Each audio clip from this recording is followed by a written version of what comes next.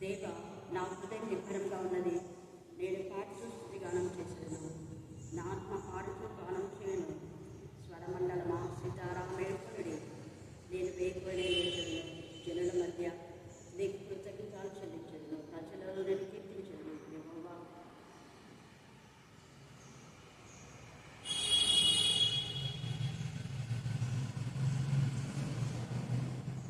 ఎందరికెందరికీ పరిశుద్ధ దియ్యదలు దేవుని వాక్యభావం నియమించి ఆశీర్వదించిన ఆమె ఆమె ఆమె.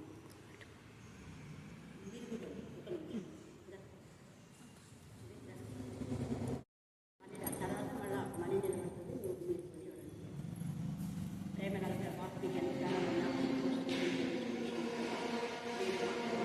రోజు మీ దుఃఖతో కూడా వచ్చి నాకు సంతోషంతో నింపినాడు. దేవా సంతోషం ప్రభా సంఘమంతా నేను రావాలని కోరుకున్నాను.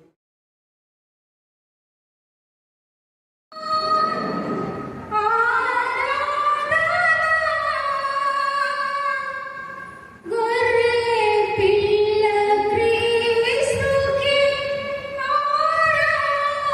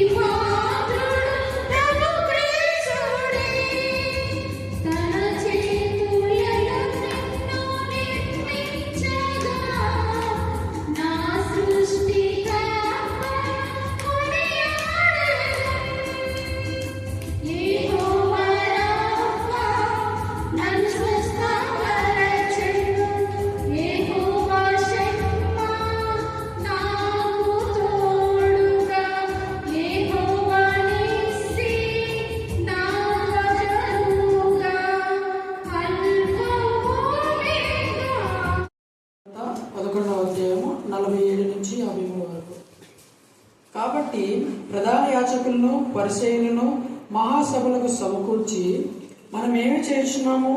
ఈ మనుష్యుడు అనేకమైన సూచక్రియలు చేయుచున్నాడు.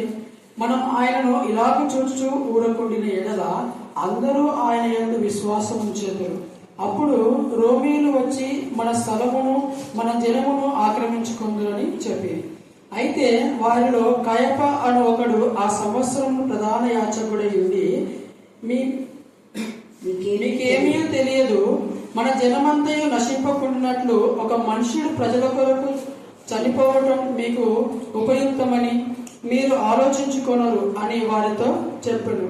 అంతటా తానే ఇలాగూ చెప్పలేదు కానీ తనంతటా తానే ఇలాగూ చెప్పలేదు కానీ ఆ సంవత్సరము ప్రధాన యాజకుడై ఉండేను గనుక యేసు ఆ జనం కొరకును ఆ జనుల కొరకు మాత్రమే కాక చెదిరిపోయిన దేవుని పిల్లలను ఏకముగా సమకూర్చుటకు చావనై ఉన్నాడని ప్రవచించాడు. కాగా ఆ దినము నుండి వారు ఆయనను చంపను ఆలోచించుంది. దేవుడి దగ్గర బాగా దీవించాల్సిన అంశం ఏమైతే చెప్పండి. మన జనమును ఆక్రమించుకుందురని చెప్పింది. ఏంటంట? మళ్ళీ చెప్పాలా? జనమును ఆక్రమించుకున్నటంట. వాళ్ళ యొక్క ఉద్దేశము జనమును ఆక్రమించుకునుట అనే విధానంలో ఏంటంటే, వీళ్ళు ఇంత వాక్యం చెప్పినా ఈ ప్రధాన యాజకులు పరిసయ్యులు శాస్త్రులు వాళ్ళని ఏమాత్రం కూడా ఎన్నిక చేయకుండా యేసయ్య వెంట తిరుగుతున్నారు.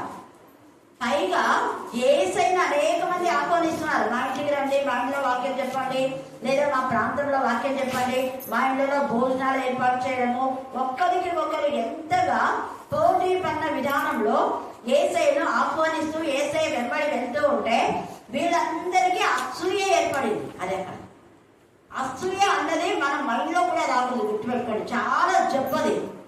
ఈ అసూయ అన్నది ఎప్పుడైతే వచ్చిందో అసూయ ద్వారా అనేక మంది పాడైపోతారు, నాశనైపోతారు. లూసిఫర్కి వచ్చింది అసూయనే. అసూయకు అక్క చెల్లెళ్ళు ఉన్నారు. ఏమని చెప్పండి చూద్దాం. ఈరోజు మనం చెప్పాను కదా టాపిక్, ఎవరు చెప్తే వాళ్ళు కానీ ఎవరు చెప్తే ఆ టాపిక్ రాహేలు బయలు గుర్తుపెట్టుకోండి మీరు. ఇప్పుడు ఈరోజు కూడా అసూయకు అక్క చెల్లెళ్ళు ఉన్నారు. ఏమి ఇంకా కొంచెం దగ్గరికి వచ్చారు, జగడం కాదు. అసూయకు అక్క చెల్లెళ్ళు ఉన్నారు. అసూయ నేను క్లియర్గా చెప్తున్నాను. అసూయకు అక్క చెల్లెళ్ళు ఉన్నారు. ఎవరు? గర్వం, అహంకారం. లూసిఫర్ ఏమైంది? ముందర అసూయ పడింది. ఏమని అసూయ పడింది? ఒకటే దేవుడి మీద తిరుగుతున్నారు, కిరాకులు సేనప్పుడు నా చుట్టూ తిరగడం. కాబట్టి వీళ్ళంతా నా చుట్టూ తిప్పుకోవాలనేసి 3 భాగాలు దేవుని పైన చెడ్డగా చెప్పింది. ఎందుకు మనం దేవునికి నమస్కారం చేయాలా, ఎందుకు దేవునికి లవ్వాలా, ఎందుకు దేవుని స్థుతించాలా, దేవునికి వచ్చిన వాక్యం మనకొచ్చు, దేవుకున్న శక్తి మనకుంది, దేవుకున్న పౌరత మనకుంది, మరి ఇంత పౌరం మనం పెట్టుకుని ఎందుకు మనం లోబడాలి దేవునికి? అలాగా చెప్పేసింది. అది లోబడక 3 భాగాలు లోబడకుండా అసూయతో, గర్వంతో, అహంకారంతో ప్రవర్తించింది. అందుకే నాశనానికి ముందు ఏం నడుస్తుంది? మళ్ళీ చెప్పాలా?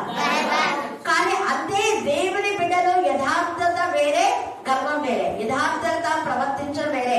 యథార్థంగా ప్రవర్తించి దేవునికి భయపడే లోబడే వాళ్ళకు బయట నుంచి ఎన్ని ఫ్రస్ట్రేషన్స్ ఉన్నా, ఎన్ని టెన్షన్స్ ఉన్నా, ఎన్ని టెంప్టేషన్స్ ఉన్నా, ఎన్ని పరిశోధన పరీక్షలు వచ్చినా కూడా ఓవర్కమ్ చేసి వాళ్ళు తల ఎత్తుతాడు. హల్లెలూయా, హల్లెలూయా, హల్లెలూయా, హల్లెలూయా.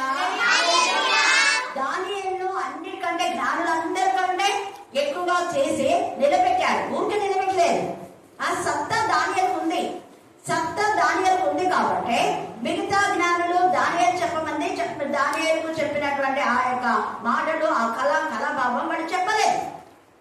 చెప్పడానికి చేత కాకపోయినా గర్వం, అహంకారంతో ఊహించలేకపోయినాడు. దానియేలు మా పైన హెచ్చిస్తాడా? ఎక్కడో నుంచి వచ్చినాడు. ఈ దానియేలు ఎవరు? ఒక బానిస. దానియేలు పరాయివాడు కదా.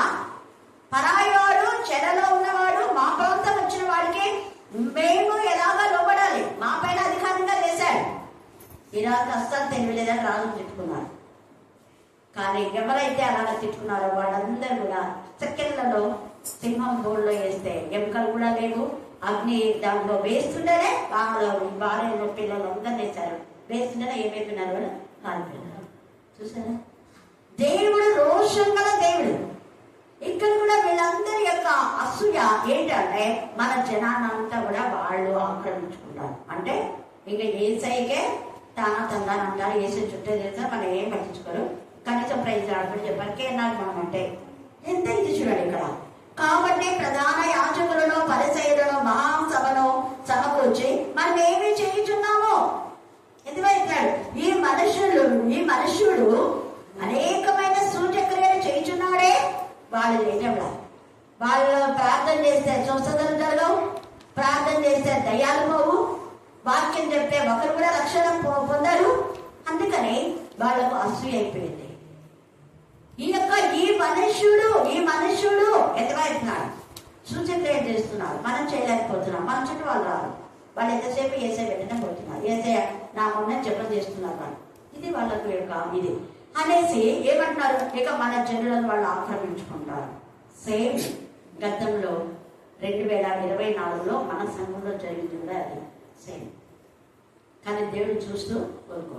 హల్లెలూయా, హల్లెలూయా. అపవాది విర్రవిద్దరు కొన్ని రోజులే, అపవాది విర్రవిద్దరు కొంతకాలమే.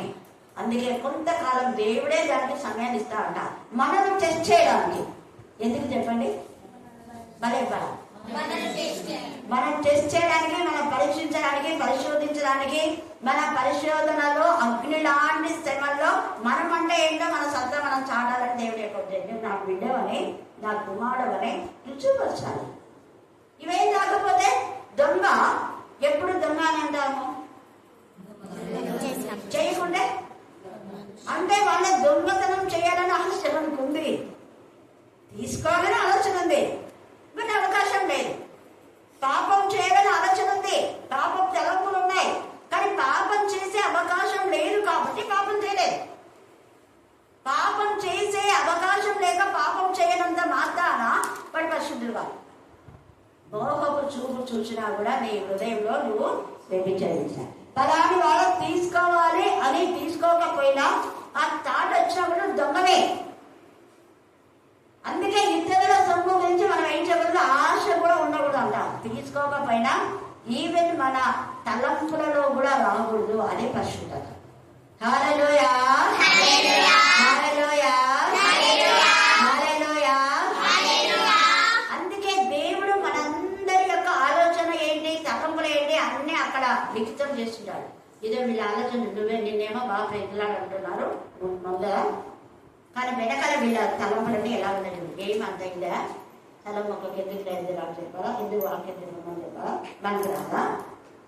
ఇంకా కొంతమంది ఇలాగనే, ఇంకా కొంతమంది అలాగే ఏసైని కూడా ఏసైనే చెప్పాలా, మేము చెప్తే వినకూడదా. ఏమంతా ఏసైను దానియల్ని ఎంత అంత సపోర్ట్ చేస్తున్నారు. సౌలుకు విషయపు ఆలోచన వచ్చింది.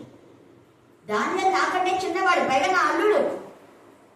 అలాంటి వాడిని పట్టుకొని 10,000 మంది దావీదు అంటారు, సౌలేమో 1000 మంది. నేను అంత తక్కువ, నేను రాజు కదా, దావీదు ఇంకా రాజు కాదా, ఒక సైన్యాధిపతి. రాజు కంటే సైన్యాధిపతి హెచ్చిస్తున్నాడు. యాక్చువల్ గా రాజులు తమ కంటే ఎక్కువగా సైన్యాధిపతులు హెచ్చిస్తారు. చాలా చూడండి. హల్లెలూయా, హల్లెలూయా, హల్లెలూయా, హల్లెలూయా. ఎందుకంటే ఇంతమందిని కాపాడడానికి, రాజు సేవ్ చేయడానికి సైన్యాధిపతి మెయిన్ టార్గెట్.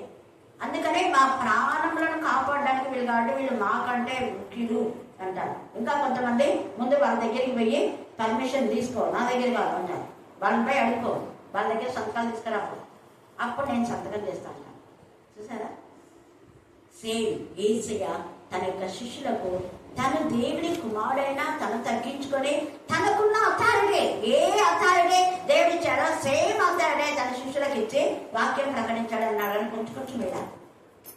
ఈరోజు అదే అక్కడ ధ్యానము. కాకపోతే ఆమె అదే స్త్రీ కాబట్టి స్త్రీ గురించి చెప్పాలా, అలా కాకుండా ఓకే యూనివర్సల్ ఏదో చెప్పారు. సరే, ఇక్కడ మనం చూస్తే ఈ మనుషులు చూడ మనం ఆయనను ఈలాగు చూచుచూ ఊరకుండినా ఎలా అందరూ ఆయన ఏదో విశ్వాసం ఉంచారు. మరి తప్ప కదా విశ్వాసం ఉంటే తప్ప చెప్పండి, విశ్వాసం ఉంచడం తప్ప? విశ్వాసం ఉంచడం అంటే మంచి మార్గంలో నడవడం, దేవుని యందు నమ్మిక ఉంచడం, ధర్మశాస్త్రంలో నమ్మిక ఉంచడం, వాక్యం యందు నమ్మిక ఉంచడం, వాక్యంలో బలపడ, వాక్యంలో స్థిరపడ, వాటిని వాడతారు కానీ యేసయ్య ద్వారా బలపరచబడదు. యేసయ్య పేరు చెప్పకూడదు. ఇంత కుళ్ళు బుద్ధించడం, ఆయన పేరు చెప్పడం అంటే వాళ్ళు దేవుని నామం కదా, వాళ్ళు యేసయ్య పిల్లలు కదా. ఈరోజు అదే చెప్పారు. విశ్వసించడం అంటే ఎవరంటే ఏమన్నారు? దేవుని పిల్లలు. దేవుని పిల్లలు, దేవుని పిల్లలకు వస్తుంది పేరు అక్కడ. అందుకనే మోషే చేతికర అన్నాడు. అదే మోషే చేతికర ఎవరి చేతికర? మోషే చేతికర అన్నాడు. అదే మోషే చేతికర దేని చేతికర?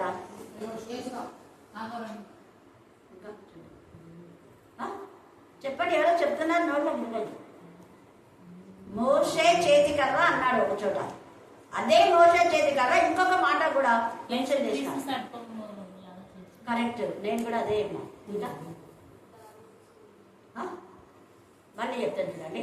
మోషే చేతికర్ర అని రాయబడి అదే చేతికర్ర గురించి మళ్ళా ఉంది ఇంకొకటి అని. ఏమి చేతికర్ర? మోషేకు చేతికర్ర ఏమి చేతికర్ర? దేవుని చేతికర్ర. దేవుడే కదా చెప్పింది. ఏమని అక్కడ ఏముంది? కర్ర తీసుకోదండి అన్నాను. తీసుకున్నందుకు మోషే చేతికర్ర అంది. కింద పడేసినప్పుడు అది బాగుంది, మళ్ళీ తీసుకుంటే కర్ర అయిపోయింది. అంటే దేవుని కర్రతో నేను ఏమన్నా దేవుని వ్రేలితో నేను దయ్యంలో వెళ్ళబడినాయి ఎలా? మీకేం బాధ? నేను నా మటుకు నేను వెళ్ళగొట్టలేదు, దేవుని వ్రేలు నా వ్రేలుకుంది. అంటే నేను వెళ్ళగొట్టాను కాదు, ఇది దేవుడు వెళ్ళగొడుతున్నాడు. అక్కడ మోసే చేతికర అంటే దేవుని చేతికర. మోసేకు దేవుడు తోడైందంటే దేవుడు తోడై ఉండి అతనిలో ఉండి అతనితో ఉండి అతని ద్వారా కనిపిస్తున్నాడు. అప్పుడు దేవుడు తన్ను కనపరచాలని నేను కూడా కనపరుస్తానని మోసేకు కనపరిచాడు. సింపుల్. అక్కడ మోసేకు ఘనత వచ్చిందని దేవునికి 8 ఘనత. దాంట్లో వీళ్ళకి ఎందుకు ఇంత అసూయ? ఏసు పేరు చెప్పకూడదు అంటారు. ఏసు పేరు చెప్పకూడదు అంటారు. దేవుడు దేవుడు కుమారుడు కదైనా ఎంత అసూయ చూడండి. అందుకని ఇక్కడ ఎంత ఇదిగా ఈయన ఇలా వదిలేస్తే అందరూ ఆయన ఎలా విశ్వసిస్తారో మన పైన విశ్వాసం ఉంచాలి. నీ దగ్గర మీ పైన విశ్వాసం ఉంచడానికి ఏం కార్యం చేశారని విశ్వాసం ఉంచుతారు? ఆత్మలను రక్షించాలి. అక్కడ దైవజనుడు అదే చెప్పింది. రక్షణ పొందిన వ్యక్తి విశ్వాసికి ఉండే లక్షణం ఏంటంటే మరికొన్ని ఆత్మలు ఏం చేయాలా? మండించాలి. రక్షణ పొందాలి, వేరే వాళ్ళని రక్షణలోకి నడిపించాలి. వేరే వాళ్ళని రక్షణలోకి నడిపించలేదు అంటే అసలు నీకే రక్షణ లేదు. రక్షణ యొక్క విలువ, రక్షణ కార్యం, రక్షణ యొక్క గుణం, రక్షణ యొక్క మరి ఆ యొక్క భావం ఏంటంటే అర్థం, రక్షణ పొందే వ్యక్తి 100% వేరే వాళ్ళని రక్షిస్తారు. ఇంకా వాళ్ళ బ్రతకంతా అదే. దొంగ 6 సెకండ్లోనే పక్క వాడిని రక్షించాలని ఎంత ప్రయత్నం చేస్తాం మనం. ఎన్నేళ్ళు రక్షణ పొందినా దేవుడు ఎక్కడుంటాడు. ఇక్కడ యేసయ్య 3.5 సంవత్సరంలో కొన్ని లక్షల మందిని కాదు, కోట్ల మందిని దేవుని కుమారుడుగా పిల్లలుగా తయారు చేశాడు. మరి వీరు ప్రధాన యాజకులే. వాళ్ళ బోధ విని ఒక్కరు కూడా రక్షణ అవుతున్నారు. అది వాళ్ళకు కడుపు మంటగా అయిపోయింది. అందుకే మనం ఏం చేయలేము, మన జనమును ఆక్రమించుకుందని చెప్పింది. అయితే వారిలో ఒక్కరికి బుద్ధి వచ్చింది. ఎవరో ఒక్కడు ఇలాగ ఉండాలి. ఈ ఒక్కడు కయపాకు యాక్చువల్ గా అతను సొంత ఆలోచనతో చెప్పలేదు, కానీ దేవుడు అతనిలో ఉండించి అతని ద్వారా మాట్లాడించినాడు. అన్న కయప వారల సభయు అదురుచు అనేది ఉంది. వాళ్ళు కూడా వాళ్ళ సభనే భయపడిపోయినారు. ఈ కయప అనేవాడు తన స్వబుద్ధిని ఆధారం చేసుకోకుండా అతనుగా చెప్పింది కాదు, అతనిలో దేవుని ఆత్మ ద్వారా చెప్పించాడు. ఏమని? మీరు ఎందుకు అతని గురించి అంత లేచి బాధపడుతున్నారు? అతను ఉండకూడదు, అతను చంపాలి, అతను దేవుని మందిరంలోకి రానికూడదు అని యేసే గురించి ఎందుకు మీరు అలా చెడ్డ ఆలోచన ఆలోచిస్తున్నారు? అదేం చెడ్డ పని చేయలేదు కదా. అనేకులను బాగు చేశాడు. బాగు చేసిన ఆ వ్యక్తిని మీరు ప్రశంసించకపోయినా పర్వాలేదు, మరి ఎందుకు మీరు ఆటంకపరుస్తున్నారు? తేలిగా మాట్లాడుతున్నాడు. కయప చూడండి, కయప అని ఒకడు ఆ సంవత్సరము ప్రధాన యాజకుడై ఉండి మీకేమీ తెలియదు. చదవండమ్మా, ఏమంట? ఏం తెలియదు. ఈ రాత్రి మైక్ ద్వారా వాక్యం వినే వారితో దేవుడు మాట్లాడుతున్నాడు. మీకేమీ తెలియదు కాబట్టి బైబిల్ స్టడీ అర్థం తెలియదు కాబట్టి దేవునికి విరోధంగా మాట్లాడతాం. క్రమంలో దేవుడు ఎన్ని మేలు చేస్తాడో ఒక క్రమం అనేది ఉంటే మనకి ఎక్కడంటే ఎక్కడ తీసుకొని వాక్యం చెప్పడం లేదు. మేలు కూడా చెప్పింది. ఇంతకుముందు కూడా నేను ఎహెస్కేలు విన్నాను, కానీ ఈ రోజు విన్నది చాలా డిఫరెంట్. చెప్పిందా మేరీ? ఎందుకంటే 2013 నుంచి వింటున్నారు. ఇప్పటికి దాదాపు 4 సార్లు వింటుంది. అంటే 5 సంవత్సరాలకు ఒకసారి బైబిల్ పూర్తయిపోతుంది. ఆది కాండం నుంచి ప్రకటన వరకు 5 సంవత్సరాలకు ఒకసారి పూర్తవుతుంది. ఇప్పుడు నియర్ 7 టైమ్స్ అయిపోయింది, 6 టైమ్స్ అయిపోయింది. తను వినింది 2013 నుంచి ఎంతవరకు అంటే దాదాపు 2-3 టైమ్స్ వినింటాను. 3 టైమ్స్ వినింది. అదే అంటుంది. కానీ ఇంతకుముందు చెప్పిన వాక్యం, ఇప్పుడు చెప్పిన వాక్యం నాకు ఆశ్చర్యమవుతుంది. ప్రభా ఎన్నిసార్లు చెప్పినా నాకు ఇంకా కొత్త విషయాలు పెట్టి దీంట్లోనే మాట్లాడుతున్నాను. ఇక్కడ కూడా చూడండి, ఇది ఎన్నిసార్లు ధ్యానం చేసుకున్నాం 11వ అధ్యాయం యోహాను. కానీ ఇక్కడ మన జనమును ఆక్రమించుకుందు అనేది స్పెసిఫిక్ గా దేవుడు మాట్లాడుతున్నారు. రెండవది ఆ కైప అనేవాడు తనకు తానుగా తెలియకనే అంటున్నారు. ఏమని మీకేం తెలియదు. తెలియని వాళ్ళు తెలియనట్టుగా ఉంటే బాగుంటుంది, తెలియని వాళ్ళు తెలిసినట్టుగా నటించకూడదు. ఇది ప్రమాదం. వాక్యంలో మనకి ఎంత తెలుసు అంతే చెప్పాలి. మన వాక్యాన్ని కల్పించేపడి బోధన చెప్పకూడదు. అదే నాకు నచ్చదు. అందుకనే కొంతమందికి నేనంటే బాధ. వాక్యంలో ఇలా లేదు కదా అంటే అయిపోయింది ఇంకా వాళ్ళకి. కొంతమంది మాత్రమే అవును అని ఎంతగా మంచిగా తీసుకుంటున్నాం. హల్లెలూయా, హల్లెలూయా. అందుకని ఇక్కడ ఎంత చక్కగా కయప అని ఒకడు అంటున్నాడు, మీకేం తెలీదు, మన జనమంతయు నశింపకున్నాడు. అదే ఇక్కడ జనమంతయు నశింపకున్నాడు. మేరీ టీచర్ కూడా ఇట్లనే అన్నారు. మన జనం నశించకుండా 35 సంవత్సరాల క్రితం ఎలాగో ఉండేదో ఒకసారి మీరు ఆలోచించుకోండి. కిషోర్ కూడా అదే మాట అన్నారంట. సెక్రటరీ డాన్ వన్న వీళ్ళందరూ కూడా సేమ్. ఈరోజు అదే సంఘ పెద్దలంతా నాతో మాట్లాడారు. అమ్మ మీరు ఖచ్చితంగా రావాలి, బైబిల్ స్టడీ తీసుకోవాలి. హల్లెలూయా, హల్లెలూయా, హల్లెలూయా. అందుకే ఇక్కడ పరిశుద్ధాత్మ దేవుడు ఆయన కార్యములు ఎప్పుడు ఎక్కడ ఆపాలి. ఎంతమంది ఆపాలని చూసినా ఆగిపోలేదు. ఇది ఆగిపోయేది కాదు, ప్రవహించే ప్రవాహం. అందుకే ఈ కైప అనే వాళ్ళని దేవుడు అక్కడక్కడ నేర్పుతుంటాడు. అందుకే అంటాడు, చనిపోవడం మీకు ఉపయుక్తమని మీకు ఆలోచించారా? ఒక మంచి పని చేస్తే ఎందుకు మీరు ఏం చెడ్డ పని చేసే వాళ్ళనేమో రావచ్చు కదా. వాళ్ళు అంటున్నారా ఏమన్నా తాగుబోతులు ఎవరైనా రావద్దంటున్నారా? అన్నారు. భార్యను వదిలిపెట్టేసి ఇంకొక భార్య ఉండగా అక్రమ సంబంధాలు, భర్త వదిలేసిన వాళ్ళని తీసుకొని సంబంధాలు, ఇంకా రకరకాలమైనటువంటి దుర్వ్యాపారం. వాళ్ళని ఖండించలేనిది వాక్యంలో. వాళ్ళు సిగ్గుపడినట్టు వాళ్ళతో మాట్లాడద్దు అని కూడా ఉంది. దేవునికి విరోధంగా ప్రవర్తించే వాళ్ళు సిగ్గుపడేలాగా వాళ్ళతో మాట్లాడద్దు, వాళ్ళకు వందన వచ్చి కూడా చేయొద్దు, వాళ్ళతో సహవాసం చేయొద్దు అని కూడా ఉంది వాక్యం. దేవునికి విరోధమైన ఆలోచన లేదా ఒక క్రమం, ఒక మాట చెప్పి చేయకపోతే మోసగించడం. మనం మాట ఇస్తే ఆ మాటకు కట్టుబడే వారిగా ఉండాలి. తేటగా ఉంది వాక్యంలో. నువ్వేమి మొక్కుకోవద్దు, మొక్కుకొని చేయకుండా చెప్పండి, చెప్తున్నారు చెప్పండి. మొక్కుకొని చేయకుండా ఇంకా పాపము. మొక్కుకొని చేయకుండా పాపం. పాపం అంటే ఏమో పెద్ద పెద్ద పాపాలు చేయడం అని కాదు, ఆజ్ఞ అతిక్రమమే పాపం. దేవుడికి ఒక మాట మనం నిర్ణయం చేసుకొని దాన్ని వెనకపోవడమే పాపం. ఈరోజు అందరి ఎదుట ఒప్పించినారు కదా దైవజనుడు అని. మీరు ఎన్ని కష్టాలు వచ్చినా కూడా నిలబడతారా? దేవుని కోసం నిలబడతారు. ఎన్ని కష్టాలు వచ్చినా శుక్రవారం వస్తాం, మేము వస్తాం, ఎవరు రాకున్నా. మేడం మేము వస్తాం మేడం, ఎవరు వచ్చినా రాకున్నా. మరి ఎక్కడ వస్తున్నారు మేడం? దేవుడు అడుగుతాడు. ఎందుకు చెప్పి ఆ రోజు అంటాడు దేవుడు, అక్క మేము మాత్రం రెగ్యులర్గా వస్తాం అక్క, ఎన్ని ఉన్నాం. వచ్చేవాళ్ళు వస్తున్నారులేండి, రాని వాళ్ళతో దేవుడు మాట్లాడుతున్నాడు. దేవుడి నుంచి ఊరుకోడు. అంత మంచి పని చేస్తే చూడండి, మంచి పని చేయడం ద్వారా దూరం అయిపోతున్నాం. ఇతరుల కోసము ఒక మనిషి ఎంత బాగా జనమంతా నశించకున్నట్లు ఒక మనుషుడు ప్రజల కొరకు చనిపోవడం మీకు ఉపయుక్తమని మీరు ఆలోచించుకున్నారు అని వార్తలు చెప్పాను. తనంతట తానే ఇలాగ చెప్పలేదంట. చూడండి ఎందుకు చెప్పినాడంట.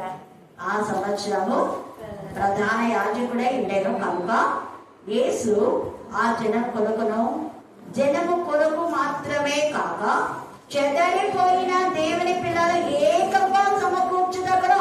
ఈరోజు మనం చేసిన మంచి పని అదే. ఇందు బిందు వాళ్ళ డాడీ సంఘ పెద్దలందరూ చెదరిపోయిన అంటే మనమంతానేనన్నా మన సంఘం ఇది అన్నా. నేను ఎప్పుడు వేరుగా అనుకోలేదు. అందుకే కర్ణపీఠం మినిస్ట్రీ అన్నాను కానీ కర్ణపీఠం సంఘాన్ని పెట్టినానే మనం. ఉందా? ఏముంది అక్కడ? మినిస్ట్రీ. అది ఇప్పుడు పెట్టింది కాదు. 2014లోనే ఆడ ఉంది. ఆడ 2014లో మినిస్ట్రీ అని సంఘం అని పెట్టలేదు. నేను సంఘానికి ఎందుకు ఉండేది? రోజు వస్తుందా, ఎప్పుడు పోయినా పోయి ప్రేర్ చేసుకుంటా, కొంత వాక్యం చెప్పుకుంటాను, మళ్ళీ నాకు దోచినంత దేవుడికి. అదే మన వాళ్ళు అన్నారు. సంఘానికి వస్తుంది, కొంత వాక్యం చెప్పుకుంటుంది, కానుక అర్పిస్తుంది. సంఘం రాలేదు కదా నేను ఇవ్వను అనుకోలేదు. చెప్తున్నా కదా, ఎవరికి ఎక్కడికి వెళ్ళినా అక్కడిని ఇస్తాను. కైసరుకే దేవునికి. ఈ సంఘంలో ఇచ్చినాడు కాబట్టి ఆ సంఘం అయినా, ఆ సంఘంలో ఇచ్చిన ఈ సంఘం అయినా, చలమక్కకి ఇచ్చినాడు వేరే వాళ్ళకైనా, వేరే వాళ్ళకి ఇచ్చినా కానీ చలమక్కకి అట్లాంటిది నాకు. ఎవరికి చెందవలసినవి వాళ్ళకి. హల్లెలూయా, హల్లెలూయా, హల్లెలూయా. అందుకే దేవుడు ఎన్ని సంవత్సరాలుగా మీ మంచి వాడుకున్నాడు. దేవునికి మహిమ కలుగుగాక. కాబట్టి ఈ రాత్రి కాల సమయంలో దేవుడు అతనిలోని ప్రవచించడం గురించే చెప్పాడు ఆయన. కానీ ప్రవచించడం అని చెప్పాడు ఆ బ్రదర్, కోరేష్ బ్రదరు. మనం ప్రభువులలో ప్రవచించడం ఉందా, ప్రచురించడం ఉందా? చదవండి మీరు. ఇట్లా అంటూ నేను ఏదైనా కొంచెం చెప్తే వాళ్ళకి బాధ. కానీ చెప్పాను, విన్నాడే బ్రదర్, థ్యాంక్స్ సిస్టర్ అన్నాను. చూడండి, బిషప్ అంట మళ్ళా ముగ్గురు వచ్చినారు. చెప్పేసరికి థ్యాంక్ యూ సిస్టర్ అన్నాడు. చదవండమ్మా ఏముందో. 1 కొరింథీ 11వ అధ్యాయంలో ప్రభు బలలో పాల్గొన్న మీరందరూ ఏం చేయాలంట? ఎన్నిసార్లు వింటారు కదా, ఆయన మరణం ఏం చేయాలన్నది? మడేపండి ప్రచురించుడి అనుందా, ప్రవచించుడి అనుందా? మళ్ళీ చెప్పాలా? మళ్ళీ చెప్పాలా? ఇది నేను ఇదే ఇప్పుడు ప్రవచనం కాదుమా, ప్రచురించుట. కన్వీనెంట్ తీసుకున్న వాళ్ళంతా ప్రచురించాలి. రక్షణ పొందిన వాళ్ళంతా యేసుకు సాక్షిగా ఉండాలి. అదే ప్రకటన 12లో ఈ పదాన్ని పదే శాపం చెప్తుంటది. ఎన్నిసార్లు చెప్పింది ఆమె సాక్ష్యం? ఇప్పటికి చాలా సార్లు చెప్పింది. వాళ్ళ మీద చెప్తుంది, ఇక్కడ చెప్పింది, మళ్ళీ అక్కడ వాళ్ళ అత్తగారి ఊళ్ళో చెప్పింది, మనలో ఒకసారి చెప్పి నేను చెప్పిన సాక్ష్యం అయితే. సాక్ష్యం అంటే ఆ సాక్ష్యం ఇవ్వకుండా ప్రకటన గ్రంథం 17లో నీతో ఇప్పేది సాక్ష్యం. నువ్వు సాక్ష్యం ఇవ్వడం లేదంటే దురాత్మ నీ దగ్గర ఉండి ఇప్పించడం లేదు. నేను ఎందుకు పదే మిషనరీస్ జ్ఞాపకం చేసుకుంటాను, అమ్మ నాన్న మిక్సర్ కానీ వీళ్ళందరినీ ఎందుకు. తర్వాత ఎవరేమో చెప్పారు, ఇంకా ఎంతోమంది దైవజనులు వాళ్ళ వాక్యం విన్నప్పుడు మనం ఆత్మీయంగా ఎదిగినప్పుడు ఎప్పుడు మర్చిపోవాలి. వాళ్ళ పేరు చెప్తున్నామంటే దేవుని మహిమపరిచినట్లు అక్కడ అర్థం లేకపోతుంది మీకు. నీతిమంతుల జ్ఞాపకం చేసుకున్నాడే ఏంటి చెప్పండి? మళ్ళీ చెప్పండి. వాళ్ళ వాక్యం నీతిమంతులా కాదా? చెప్పాలా మీరే? కాదా? మరి ఎందుకు అంత డౌట్ చెప్తున్నారు? వాళ్ళు నీతిమత్వాన్ని కోరుకొని నీతిమత్వంలో మమ్మల్ని కూడా నడిపించారు. కాబట్టి పరిశుద్ధుల యొక్క పాదములు కడిగి వాళ్ళ అనుసరించండి ఉంది వాక్యంలో. పరిశుద్ధ సహవాసంలో ఉంది, ఉందా వాక్యంలో? అందుకే మంద కాపల గుడారం లేదా నారిమని సుందరి నీ పిల్లలు పెంచు. ఎక్కడంటే అక్కడ పెంచు. నీ పిల్లల్ని ఎక్కడ పెంచుతున్నా అంటే నేను బాగా వాక్యం చెప్తున్నా, నా దగ్గర పెరుగుతున్నాడు పెరుగుతుంది కాదు, మంద కాపల గుడారం దగ్గర పెరుగుతుంది అని చెప్పాను. నీ గుడిలో పెరిగింది. The same way fellowship. తల్లితో సహవాసం వేరే, దేవునితో సహవాసం వేరే. దేవునితో సహవాసమే ఆత్మల సహవాసం. తల్లి అయిన దేవుడు కోరుకున్నది ఫెలోషిపే. హల్లెలూయా, హల్లెలూయా, హల్లెలూయా.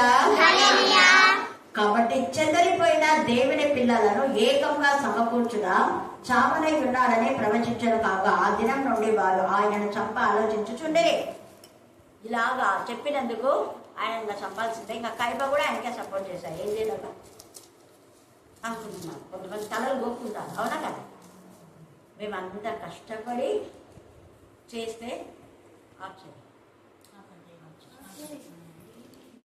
కాలేదు. ఒక 1 వీక్ అయిన తర్వాత అక్కడ హాస్పిటల్లో జాయిన్ అయినా అనమాట. మరి టెస్ట్లకి అని బ్లడ్ పంపించినారు. మరి కణాలు తక్కువ ఉన్నాయని చెప్పినారు. మీరు వెంటనే ఐసీకి వెళ్ళండి అని చెప్పారు. నేను ఐసీకి వెళ్ళినప్పుడు చాలా బాగా ఉన్నా. దేవా ఏసయ్య, నేను అక్కడ దగ్గరికి అయితే పోవట్లేదు. ఇప్పుడు 1 వీక్ అయింది. నాకు డిశ్చార్జ్ ఇవ్వాలి ఏసయ్య అని నేను ఏడ్చిన. మా బాబు కూడా అసలుకి మా బాబుని కూడా నేను ముట్టుకోలేదు. ఎందుకంటే అక్కడ ఇన్ఫెక్షన్స్ ఎక్కువ ఉంటాయి కాబట్టి నేను అక్కడ కూడా ఎవరిని రానియలేదు. నేను మా హస్బెండ్ మాత్రమే అక్కడ ఉన్నాము. నాతో పాటు మా చెల్లెలు కూడా ఉండింది. దేవుడు లాస్ట్ మినిట్లో నాకు అద్భుతం చేశారు. అది స్కానింగ్ తీపించుకునింటే లివర్లో వాపు వచ్చిందమ్మా, అక్కడ గడ్డలు ఉన్నాయి. డెలివరీ అయినాక కూడా మీరు ఆపరేషన్ చేయించుకోవచ్చు అని చెప్పారు. టాబ్లెట్లకి అయితే తగ్గాలి ఇది అని చెప్పారు. మీరు మీ వ్యక్తిగత ప్రార్థనలో నన్ను గుర్తుకు చేసుకోవాల్సిందిగా కోరుతున్నాను. అలాగే ఇంకొక సాక్ష్యం ఏమంటే, నేను ఇంటికి వచ్చిన తర్వాత మా బాబుకి కోల్డ్ ఎక్కువైందనమాట. దేవా ఎందుకు వీనికి ఇలా కోల్డ్ ఎందుకు వస్తుందో నాకు తెలియట్లేదు, తగ్గాలి అని నేను అప్లై చేసిన ప్రేరణతో మొత్తం అప్లై చేసినాను. దేవుడు 2 డేస్కి బాబుకి మంచి స్వస్థతను అనుగ్రహించినారు. మరి నేను సాక్ష్యం చెప్పనందుకేనేమో మరి బాబుకి కోల్డ్ ఎక్కువైంది. అది కూడా తగ్గాలని మీ వ్యక్తిగత ప్రార్థనలు గుర్తుకు చేసుకోవాల్సిందిగా కోరుతున్నాను. అక్క మా గురించి ప్రేర్ చేసినందుకు అక్క కూడా వందనాలు చెల్లిస్తున్నాను. దీవించుగాక. ఆమె